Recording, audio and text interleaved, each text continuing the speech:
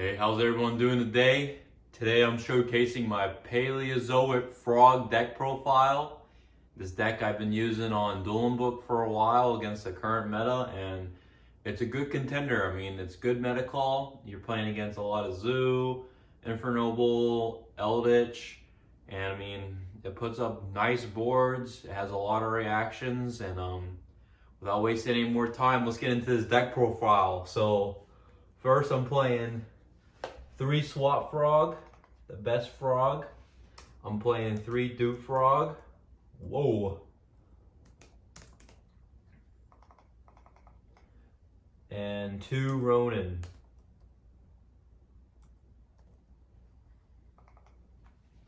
This ratio for frogs has been pretty standard for paleo players. I don't have a problem with it. It works out for me. I like the Dupe Frog because it searches out your Swap Frog, and it also protects your other monsters while it's on the field. It says monsters your opponent controls cannot target monsters for attacks except this one. So pretty much you're protecting your Totally Awesome and your other boss monsters that you might be playing in this deck. So the next monster I play is 3 Ash Blossom. And I think this is the best hand trap to be playing right now.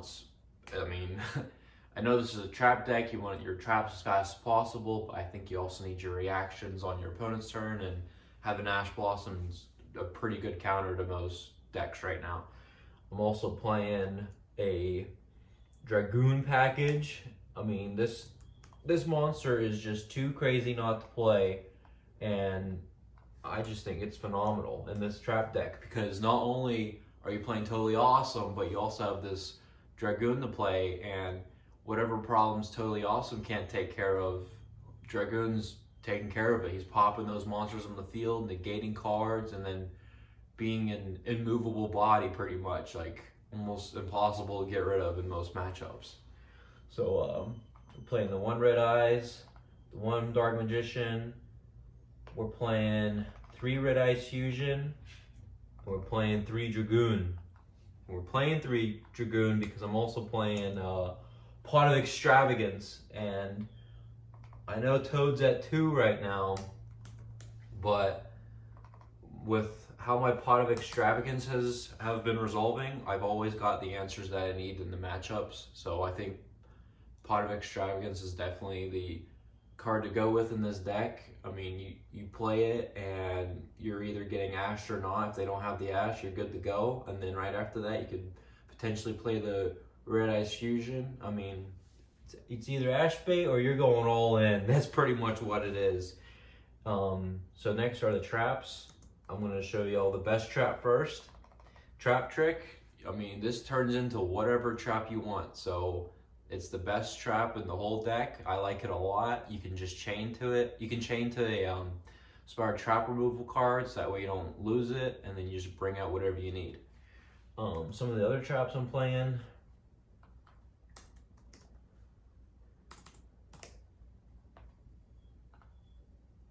Playing 2 Dimension Fusion. This is a really good card to play in the current meta, I think, because there's a lot of synchro, there's a lot of fusion, like you just chain Dimensional Barrier to Verte Anaconda sometimes, just completely get rid of the Dragoon before it's even on the field.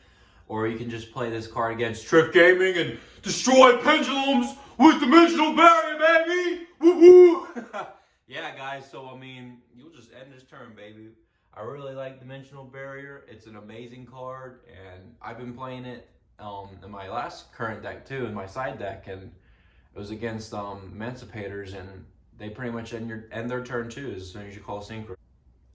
I'm playing 2 Dogmatic Punishment, and I like this card a lot because it's a 2-for-1. The only thing you have to watch out for is that you cannot special summon on the next turn that you play this. So if you're playing this on your opponent's turn, it resolves, and then on your turn you can't special summon from the extra deck. So you have to kind of watch out for that. It is really situational the way you want to play it, but with Trap Trick you could bring it out whenever you need it, and then I feel like it's a perfect fit in this deck. So with that card I'm playing 3 Natis.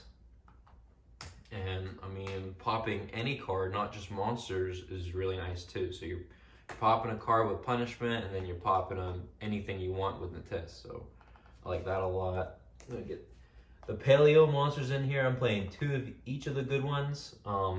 Book of Moon, first one's Book of Moon. It's really good. You're pretty much putting down the first monster that they summon if you're playing against Zoo. Some other scenarios are just flipping down the tuner so they can't synchro summon. With this guy, I like a lot because for some reason everyone's playing Mystic Mine on Dueling Book right now, so you just wait for them to play Field Barrier and then just completely remove Mystic Mine off the field, and then they can't play any more field spells. So I mean, it could be an automatic win with that. And then the MST. I am considering playing 3 of this. I mean, I know I have the Trap Trick, but for some reason there is a lot of back row decks currently right now in the meta, so, or at least on Dueling Book, and I would want to probably up this to 3.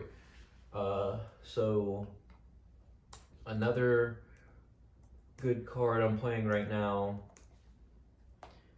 is the 2 Ice Dragons Prison. I like this card a lot because it's kind of like a 2-for-1. Just like punishment, it's spot removal, like on the field.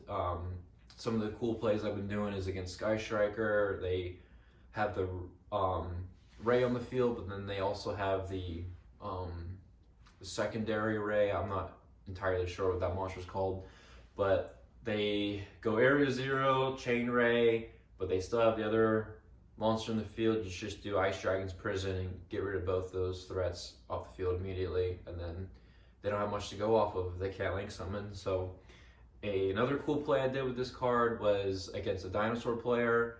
He normal summoned Oviraptor, used this effect to search out a Miscellaneousaurus. I didn't chain anything. He asked if there was any response. I said no. And then right after that, he discarded Misk. I chained Ice Dragon's Prison, stole the Misk, and then also banished Oviraptor. And then he was left with no more plays, and he just scooped. He's like, this is too crazy. I'm out of here.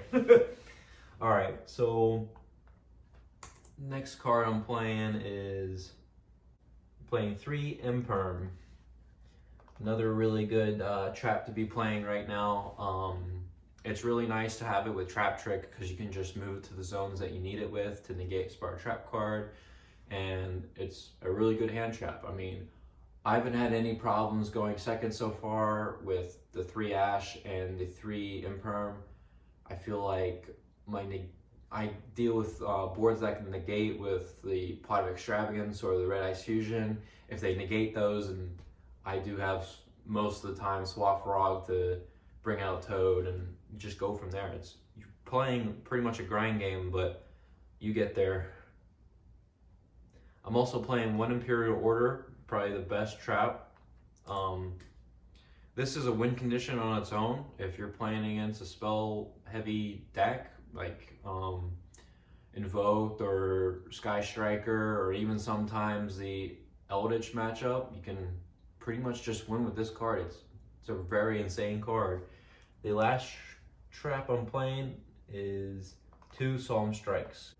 So to continue on with the extra deck, I am playing the other Paleos. I'm playing 1 of each. This guy is a boss monster. He's crazy, unaffected by monster effects. He also is like a Trident. You detach 1 material during either player's turn and destroy 1 card in the field. Does not be face up or face down. Destroys anything you want. And then also, whenever one of your traps hit the grave from the field and trap or spell and trap card zone, you can excavate the top card of your deck, and if it's a trap, add it to your hand. So I mean, it's pretty crazy. And then playing it in combination with this card is also unaffected by monsters. You detach 1 material and add 1 Paleozoic trap to your hand. So you can add whatever you want. And then also it says that you can play Paleozoic traps from your hand. So these 2 in combination with each other, you're getting more resources with this card to get more traps to your hand, and then you're automatically playing it from your hand with Opabinia. All right, so now I am playing 3 Verte. Anaconda. I mean, I like this because the plays I've been doing is first turn normally setting up with a toad. That's just how the hands normally set up. So I go toad. My first monster I summon out with toad is the dupe frog, just to protect my my toad. And during my standby phase, if all my monsters remained on the field, I go for a swap frog, dumping perhaps a rodent toad or another frog just for rodent toad to banish to special summon itself. So I have 3 monsters on the field. I get rid of my dupe frog, my swap frog for the reverte anaconda. I don't go directly into Dragoon just then. I normally have enough resources to go into another XYZ first before using the effect of Verte, because once you use that. The next monster I'm playing in the extra deck is the Sky Cavalry Centauria. This card's pretty good, I like it. I've been playing it for the longest time in Paleo. The reason why I like it so much is because it cannot be destroyed by battle, and then that means you can go into this guy over here. Zeus is an absolute beast, like, just so insane. But just put it in perspective, if you're going second and you make either Centaura or the Totally Awesome, you can attack with Sky Cavalry first, have it not be destroyed by battle, and then go into Zeus, completely wipe the whole board. Or you can have Toad as one of the materials and then get Recursion from the grave to get one of your frogs back. I mean, Zeus overall is just completely insane. You're getting rid of all the threats. It even gets rid of Dragoon. It just does a lot. Well guys, that's it for my deck profile of my Paleo Frog Dragoon Boss Monster Trap deck. I mean, it's a pretty nice deck. I do have a pretty good record on Dueling Book right now. I've been liking it a lot. And guys, check out the OBX Yu-Gi-Oh! Instagram. We do have a giveaway going on right now for an Ultimate Rare Harpy Queen First Edition. And guys, until next time, I'll see you later. Bye guys.